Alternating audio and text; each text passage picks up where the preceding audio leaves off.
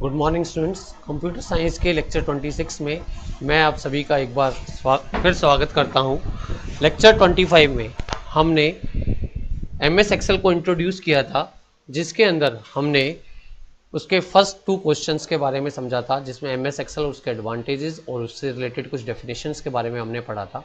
अब हम next question की तरफ बढ़ते हैं, जो है write the steps to enter and edit the data in the worksheet. कि आप डाटा को कैसे एंटर और एडिट वर्कशीट में कर सकते हैं, जिसके लिए 2 अलग अलग पॉइंट लिखे हैं हमने। टू एंटर द डाटा के लिए क्या है, select the cell in which you want to enter the data.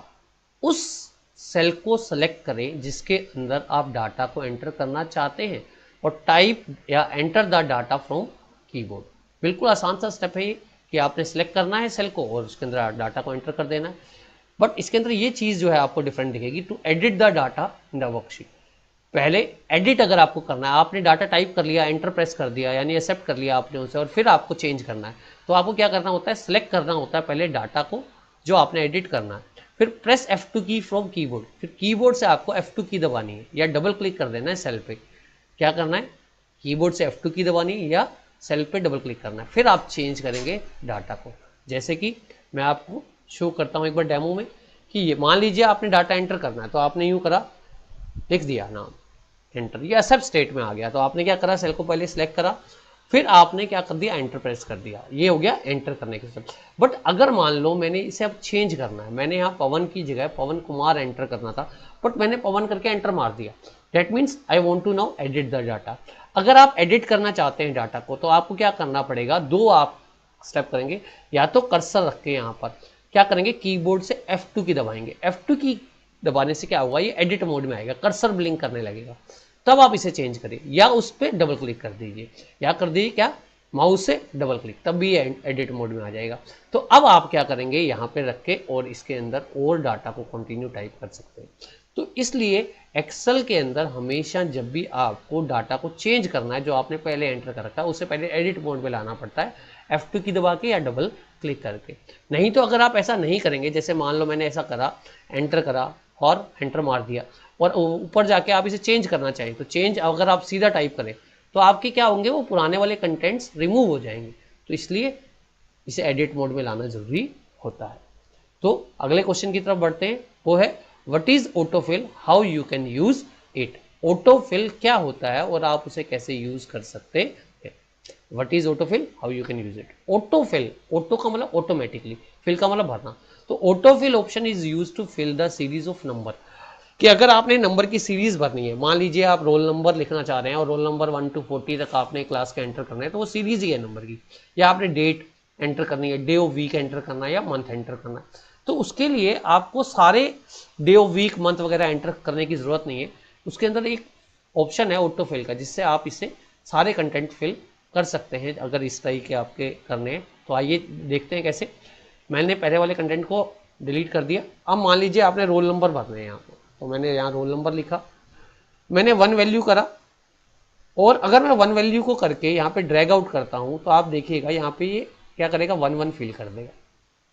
मतलब इसके अंदर ये फैसिलिटी भी है, अगर आपने कोई चीज़ पहले सेल में लिखी और आप उसे सेलेक्ट करके नीचे राइट कॉर्नर पे रख के कर्सर को और नीचे ड्रैग करते हैं, तो वो सेम आ जाएगी। बट हमारी रिक्वायरमेंट यहाँ ये नहीं है कि मैंने 1 1 भरना है, मेरे को तो रोल नंबर की सीरीज भरनी है, कि मैं रोल नंबर फिल आउट करना चाहता हूँ इसके अंदर। तो रोल नंबर फिल आउट करने के लिए आपने पहले सेल में पहली वैल्यू और दूसरे सेल में दूसरी वैल्यू, ये दूसरी वैल्यू क्यों डाली है, ताकि बीच के डिफरेंस का पता चल सके। तो अब आपको यहाँ पर इन दोनों वैल्यूज को ही सिलेक्ट करना है, 1 को भी 2 को भी। ऐसा नहीं कि आप एक को सिलेक्ट कर लें, यहाँ पर नहीं, 1 और 2 दोनों को सिलेक्ट करके कर्सर को राइट कॉर्नर पे रखना है, सेकंड सेल के, सेकंड सेल के। देखो जब ये ब्लैक फॉर्म में चेंज हो जाए, तो माउस का लेफ्ट माउस बटन दबाएं और उसे ड्रैग आउट कर दें। लेफ्ट माउस बटन को दबाए ड्रैग आउट करना होता है, ये तो आपको पता ही है। तो यहाँ पर आपकी सारी वैल्यूज जो है वो फिल हो जाएगी, जितना आप नीचे ड्रैग आउट करते जाएंगे उतनी वैल्यू फिल होती जाएगी। ये तो आपने रो में करी। अगर मान लो मेरी रिक्वायरमेंट है कि मैं कॉलम में फिल करना चाहता हूँ, तो 1 और 2 दो अलग अलग कॉलम में लिखा, दोनों कॉलम को सिलेक्ट कीजिए और क्या कर दीजिए, यहाँ पर इसे सेकंड के राइट कॉर्नर पर रख के ड्रैग आउट करिए, और आपकी ये वैल्यू जो है वो फिल हो जाएगी। इस तरह से आप डे ऑफ वीक वगैरह भी फिल आउट कर सकते हैं। जैसे मैंने लिख दिया संडे करके, और मैंने इसको रखा, इसमें एक ही वैल्यू इनफ होती है क्योंकि ये लिस्ट होती है पहले से बनी हुई। यहाँ पर करके आप इसे नीचे ड्रैग आउट करिए जितना। वैसे तो क्या है ये देखिए, मैंने संडे लिखा बट उसके स्पेलिंग मिस्टेक हो गए मुझसे, तो वो वैसे का वैसे आ गया, तो ये कंटेंट वो हो गया। बट अगर मैंने संडे के सही स्पेलिंग लिखे हैं, अब आप देखेंगे यहाँ पर क्या हो गया, अब देखिए वो सीरीज फिल आउट हो गई। तो ये जो है प्री बिल्ड लिस्ट होती है जो मैंने एंटर कर रखी है ऑलरेडी, जो है इसमें एंटर हो रखी है, जिससे आप ये कर सकते हैं। अगर आपके कॉलम में कंटेंट्स पूरे नहीं आ रहे तो आप कॉलम की विड्थ को इंक्रीज कर सकते हैं। कैसे? जैसे आपको ये दिखाई दे रही है, अगले कॉलम में जा रहे हैं तो यहाँ पर कर्सर रखिए, जैसे सी वाले कॉलम पे कॉर्नर में, और माउस से डबल क्लिक कर दीजिए। ये है कॉलम की विड्थ अपने आप बढ़ जाएगी।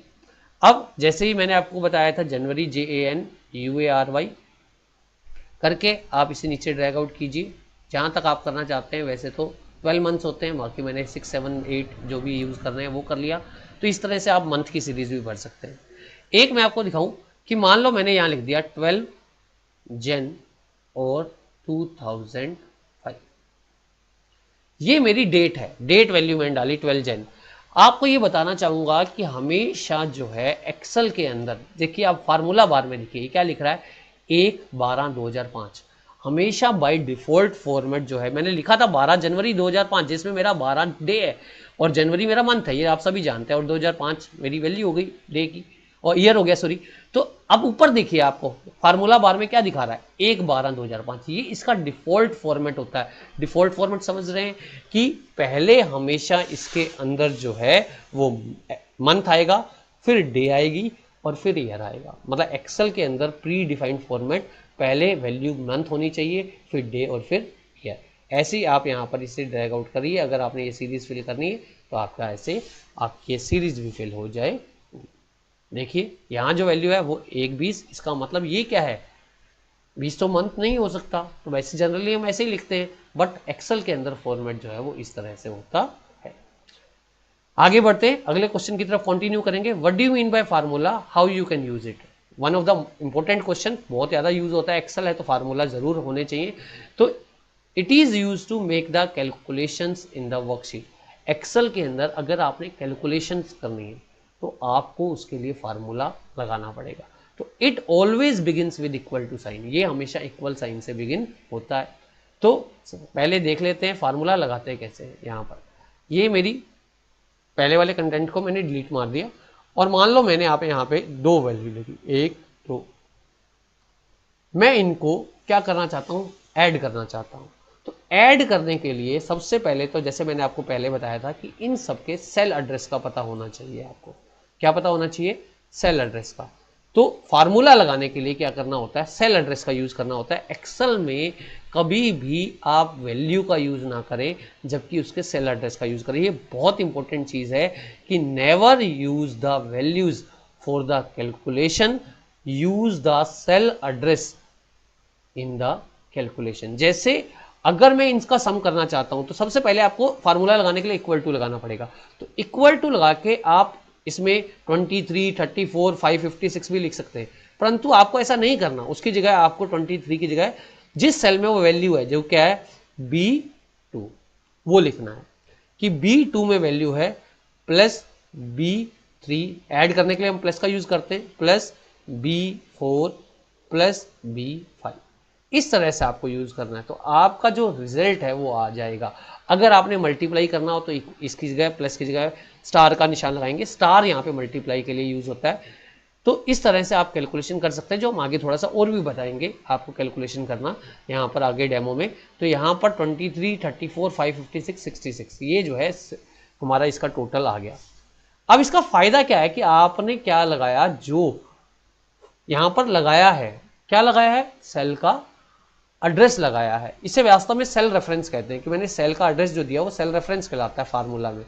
इसका फायदा क्या है, जैसे ही आपने B4 की वैल्यू को चेंज करा आपका रिजल्ट ऑटोमेटिकली चेंज हो जाएगा। ये इसका सबसे बड़ा फायदा होता है।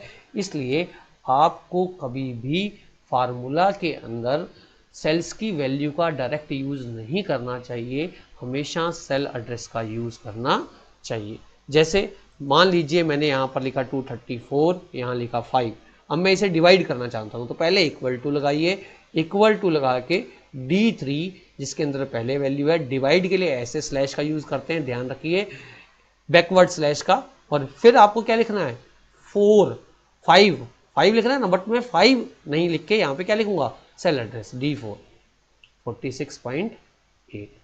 तो ये हमेशा इस चीज का ध्यान रखें। अगर मैं अब यहाँ पे मैं आपको शो करना चाहता हूँ, अगर मैं यहाँ पर D4 की जगह 5 लिखता, जैसे मेरी 5 वैल्यू है 46, बट कल को अगर मैं इस वैल्यू को चेंज कर देता हूँ तो मेरा ये रिजल्ट चेंज नहीं होता। बट अगर आपने यहाँ पर D4 ही लिखा होता तो आप देखेंगे जैसे ही वैल्यू आप चेंज करते हैं रिजल्ट ऑटोमेटिकली चेंज हो जाता है। तो ये बहुत इंपॉर्टेंट बात है। तो फार्मूला क्या होता है, एक्सेल के अंदर कैलकुलेशंस करने के लिए यूज होता है। तो सिंपल कैलकुलेशंस के लिए फार्मूला का यूज हम करते हैं। तो फार्मूला हमेशा इक्वल टू से बिगिन होगा। ये बहुत इंपॉर्टेंट क्वेश्चन है कि फार्मूला किसी से बिगिन होता है, और इसके अंदर आप इक्वल टू लगा के जो भी कैलकुलेशन करना चाहते हैं उसके सेल एड्रेस और वो ऑपरेटर का यूज करें तो फार्मूला आपका यूज हो जाएगा। अगले क्वेश्चन की तरफ बढ़ते हैं। तो कैसे, पहले फार्मूला इसके स्टेप देख लेते हैं। यहाँ पर क्या है, select the cell in which you want to write the formula, type the equal to sign, क्या आपने इक्वल टू साइन को टाइप किया, फिर आपने write the formula you want to calculate, जो भी आपने कैलकुलेशन करनी है उसका फार्मूला लिखे और प्रेस एंटर की, और एंटर की को प्रेस कर दें। अब अगला क्वेश्चन है, what is the difference between function and formula. जब हम क्या कर रहे थे, फीचर्स कर रहे थे, किस चीज के फीचर्स, MS एक्सेल के एडवांटेजेस था, हमने वहां पे करा था कि हम एक्सेल के अंदर कैलकुलेशन कर सकते हैं फंक्शन से भी और फार्मूला से भी। तो क्या होता है फंक्शन, क्या होता है फार्मूला, इस चीज को बता देते हैं। पहले मैं आपकी पहली लाइन ही पढ़ता हूं, उसके बाद मैं आपको पहले प्रैक्टिकली करके दिखाऊंगा, फिर हम बढ़ेंगे। तो it is the function pre defined formula. Function को क्या कहते हैं, it is predefined formula, कि प्री का मतलब पहले से डिफाइंड कुछ फार्मूला है। कि MS एक्सेल में हमेशा क्या होता है, कुछ फार्मूला पहले से ही डिफाइंड होते हैं जिसे हम फंक्शन कहते हैं। ये अलग अलग तरह की कैलकुलेशन करने के लिए बनाए गए हैं। तो क्या होता है, ये प्री डिफाइंड फार्मूलाज होते हैं, कैलकुलेशन करने के लिए यूज होते हैं, जबकि फार्मूला जो है वो यूजर डिफाइंड फार्मूला है जो कैलकुलेशन करने के लिए यूज होता है। तो सबसे पहले आपको इस चीज के कंसेप्ट क्लियर कर दूं मैं, कि जैसे मान लीजिए आपने यहां पर फार्मूला और फंक्शन लगाना 23, 64, 55। अब समझिएगा फंक्शन क्या है और फार्मूला क्या है। अगर मैं इक्वल टू लगा के यहां सेल एड्रेस लिखूं, सेल एड्रेस पहला है B2, दूसरा है प्लस B3, तीसरा है प्लस B4। यहां पर आपने क्या करा, सेल एड्रेस लिखे, कितने, 3 सेल एड्रेस, और बीच में क्या लगाए, प्लस, क्योंकि आपको प्लस करना था। इसको फार्मूला कहते हैं। जबकि फंक्शन क्या है इसमें, दिस इज कॉल्ड फार्मूला। ये क्या हुआ, फार्मूला हुआ बेटा। अब यहां ये फंक्शन कैसे पता चल रहा है, यहां पे देखिए फार्मूला बार में जाके अगर आप इक्वल टू लगाएं, यहां पर एक प्री डिफाइंड क्या है, फंक्शन है। देखिए जैसे ही मैं लिख रहा हूं ना, आप ये देख रहे हैं ये सारे फंक्शन पहले डिफाइंड है। फंक्शन लिख के आप स्मॉल पैरेंथेसिस शुरू करें, स्मॉल पैरेंथेसिस शुरू करके आपने जो चीज भी जिसका सम करना है उस सेल रेंज को सेलेक्ट कर लें, और ये देखिए यहां पर ये सेल रेंज आ गई B2 से B4, और उस ब्रैकेट को बंद कर दें। तो इसे कहते हैं फंक्शन। इसे क्या कहते हैं, फंक्शन। क्या फर्क हुआ फार्मूला और फंक्शन में, कई सारे डिफरेंस है फार्मूला और फंक्शन में। ये प्री डिफाइंड होता है, ये क्या होता है, और सॉरी, फार्मूला जो है वो यूजर डिफाइंड होता है और फंक्शन जो है वो प्री डिफाइंड होता है। फार्मूला के अंदर आप ऑपरेटर का यूज करते हैं, जैसे आपने यहाँ प्लस का यूज करा कि आपने सम करना था, बट इसके अंदर आपने कोई ऑपरेटर यूज नहीं करा। जो सम फंक्शन है उसमें पहले से ही डिफाइंड है कि ये सम होगा। इसमें आप कभी सेल रेंज का यूज नहीं कर सकते कि आपने B2, B3, B5, अगर आपको 10 लिखने हैं तो आप 10 के 10 के सेल एड्रेस लिखोगे, जबकि इसके अंदर आप क्या कर सकते हैं, सेल एड्रेस का यूज कर सकते हैं कि आपने B2 से B4 के लिए करा। ये आपकी फार्मूला हर टाइप की कैलकुलेशन के लिए यूज हो जाएगा। ये हर टाइप की कैलकुलेशन के लिए यूज नहीं हो सकता। जैसे कि अगर आपने 3 वैल्यू लिखी, आपने पहले को ऐड करना है कि इक्वल टू E3, आपको प्लस E4 करना है और माइनस E5 करना है। तो इसके लिए कोई फंक्शन यूज नहीं हो सकता कि आपने 2 वैल्यू को जोड़ना है और एक को घटाना है। इसके लिए फार्मूला ही यूज हो पाएगा। तो फंक्शन जो है हर टाइप की कैलकुलेशन के लिए यूज नहीं हो सकते, जो प्री डिफाइंड है वही इस काम करते हैं, जबकि फार्मूला हर टाइप की कैलकुलेशन के लिए आपका यूज हो सकता है। तो ये डिफरेंस है फंक्शन और फार्मूला में। एक बार फिर ध्यान से पढ़िए, बहुत इंपॉर्टेंट क्वेश्चन है। It is predefined formula use to make the calculation, और it is user defined formula use to make the calculation. It is use for limited calculation की, कुछ ऐसी कैलकुलेशन जिसमें एक दो नंबर को सम करना हो, तीसरे को सब्ट्रैक्ट करना हो, वो इसमें नहीं पॉसिबल है, जबकि इसके अंदर ऐसा पॉसिबल है कि आप हर टाइप की कैलकुलेशन कर सकते हैं। We don't need to use operator, कि यहाँ पे आपको सम फंक्शन है तो सम ही काम करेगा, उसमें आपको प्लस की यूज करने की जरूरत नहीं है, जबकि यहाँ आपको प्लस माइनस मल्टीप्लाई के साइन की यूज आवश्यकता होती है। इसके अंदर आप सेल रेंज दे सकते हैं, सेल रेंज का मतलब ग्रुप ऑफ सेल्स लिख सकते हैं, जिसमें आप पहले सेल का एड्रेस कोलन लगा के लास्ट सेल का एड्रेस। इसके अंदर आप ऐसा नहीं कर सकते, जैसे कि इसके अंदर एग्जांपल में दिख रहा है इक्वल टू सम A1 से A3, ये सेल रेंज दे दी गई है, ब्रैकेट में स्मॉल पैरेंथेसिस में देते हैं हमेशा ये सेल रेंज, इसे फंक्शन का नाम कहते हैं। इसके ब्रैकेट में जो वैल्यू है ये आर्ग्यूमेंट्स कहलाती हैं, जैसे जिसको हम आगे क्लियर आउट करेंगे, जबकि ये वो रेंज ऑफ वैल्यूज है, सेल्स है जो आपने जिस पे काम करना है। यहाँ आपको डायरेक्ट क्या करना पड़ेगा, यूज करना पड़ेगा सेल एड्रेसेस को विद ऑपरेटर। तो ये था हमारा आज का फंक्शन और फार्मूला। आगे बढ़ रहे हैं, write the steps to delete the row and column, कि अगर आपने रो और कॉलम को डिलीट करना है तो कैसे करेंगे। तो पहले आपको करके दिखाता हूं। आपने अगर रो को डिलीट करना है तो आप रो को सिलेक्ट करिए, रो को सिलेक्ट कर से राइट साइड से क्लिक करिए और डिलीट दबा दीजिए, रो डिलीट हो जाएगी। ऐसे ही अगर आपने कॉलम डिलीट करना है, क्या करना है, कॉलम, तो क्या होगा, कॉलम को डिलीट करने के लिए आपको क्या करना है, ये कॉलम है, सेलेक्ट करो, राइट साइड से क्लिक करो और डिलीट हो गया। आप ये जो देख रहे हैं ना, ये क्या हुआ कि इसके अंदर मैंने उस सेल को डिलीट कर दिया वास्तव में जिसमें वैल्यू थी, फार्मूला में यूज हो रहा था, तो इसलिए ये आ रही है, रेफरेंस की एरर आ गई कि वो वैल्यू ही एग्जिस्ट नहीं करती जो फार्मूला में लगी हुई थी, तो इसलिए ये रेफरेंस की एरर आ रही है। तो आप इस तरह से रो और कॉलम को अगर मल्टीपल डिलीट करने हैं तो कई सारे को सिलेक्ट करो, राइट साइड से क्लिक करो, डिलीट। ऐसे ही अगर आपने इंसर्ट करना है रो को, कॉलम को सिलेक्ट करो, राइट साइड से क्लिक करो, इंसर्ट, एक कॉलम जो है वो लेफ्ट में आ जाएगा। ऐसे ही रो इंसर्ट करनी है इन दोनों के बीच में, तो बेशक इस रो को सिलेक्ट करिए, ऊपर आती है रो हमेशा करके, इंसर्ट, रो अबव आएगी, रो अबव आएगा, कॉलम लेफ्ट में ऐड होगा। ऐसे ही आप ये होम टैब से भी कर सकते हैं। होम टैब में इंसर्ट की ऑप्शन है, जहां पे इंसर्ट शीट, रोज, शीट, कॉलम और इंसर्ट शीट, जैसे ये शीट आप यहां से भी मैंने आपको बताया था कर सकते हैं, नीचे ऑप्शन दिया हुआ है, और यहां से भी कोई शीट इंसर्ट कर सकते हैं, जैसे शीट 4 आ गई आपकी, हम शीट 1 में थे वैसे, तो ऐसे ही रो भी इंसर्ट हो सकती है, कॉलम भी। यहाँ पे इसके ऊपर आपने एक ब्लैंक रो इंसर्ट करनी है तो इंसर्ट टैब, होम टैब में जाकर इंसर्ट से क्या कर सकते हैं आप, शीट रो को इंसर्ट कर सकते हैं। ऐसे ही कॉलम को सिलेक्ट करेंगे तो करके इंसर्ट से और इंसर्ट शीट कॉलम कर सकते हैं, तो एक कॉलम इंसर्ट हो जाएगा। ऐसे ही डिलीट के ऑप्शन है, जहां पर आप डिलीट शीट भी कर सकते हैं, रो भी और कॉलम भी। आपको क्या करना है, वहां पे क्लिक कर्सर रखना है या क्लिक सेलेक्ट करना है, ठीक है। सेलेक्ट करने के लिए आप यहाँ 5 पे क्लिक कर सकते हैं, और ऊपर कॉलम को सिलेक्ट करना हो तो ऐसे सी लेबल के ऊपर क्लिक कर सकते हैं, पूरी रो कॉलम सेलेक्ट हो जाते हैं। तो ऐसे सेलेक्ट करके क्या करा, डिलीट और डिलीट शीट रोज। ऐसे ही अगर कोई शीट डिलीट करनी है, यहाँ ये एक्टिव शीट है, यहाँ पर मान लो मैंने डिलीट करा, डिलीट शीट, आपकी शीट क्या हो गई, डिलीट हो गई। इस तरह से हम इंसर्ट में सेल्स को भी इंसर्ट कर सकते हैं, बट सेल्स को इंसर्ट करने के लिए मैं आपको एक बार दिखा देता हूँ यहाँ पर, कि अगर आप सेल इंसर्ट करेंगे तो सेल इंसर्ट करना नहीं चाहिए, वैल्यूज इसमें चेंज हो जाती हैं। इंसर्ट से सेल करा मैंने, वो कह रहे सेल तो इंसर्ट कर लो, बट यहाँ सेल नया आएगा जिस जगह सेल सिलेक्टेड है, तो ये सेल भी तो कहीं ना कहीं जाएगा। तो या तो वो कहता है कि आप एंटायर रो को करो या एंटायर कॉलम को, नहीं तो इस सेल को या तो राइट में शिफ्ट करो या डाउन में, तो एक ऑप्शन आपको सिलेक्ट करना पड़ेगा। तो ओके करो, आपका सेल तो इंसर्ट हो गया बट वो वैल्यू नीचे चली गई। अगर आपके फार्मूला लगे होंगे तो सारी वैल्यूज जो है आपकी गलत हो जाएगी। तो इसलिए ना तो सेल्स को डिलीट करना चाहिए, ना हमें सेल को इंसर्ट करना चाहिए, अगर आपने कुछ वैल्यू टाइप कर रखी है और फार्मूलाज वगैरह का यूज कर रखा है।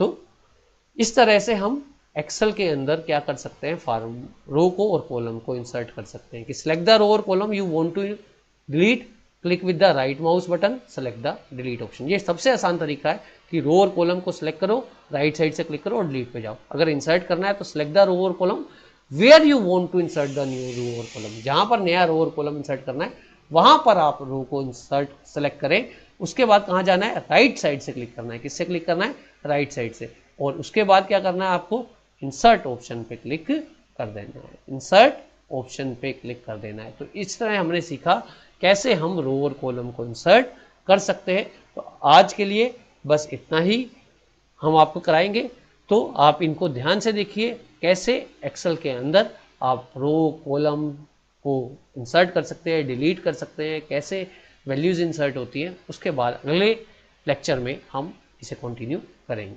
Thank you very much. आप अपने काम को ज़रूर कंप्लीट करते रहिए।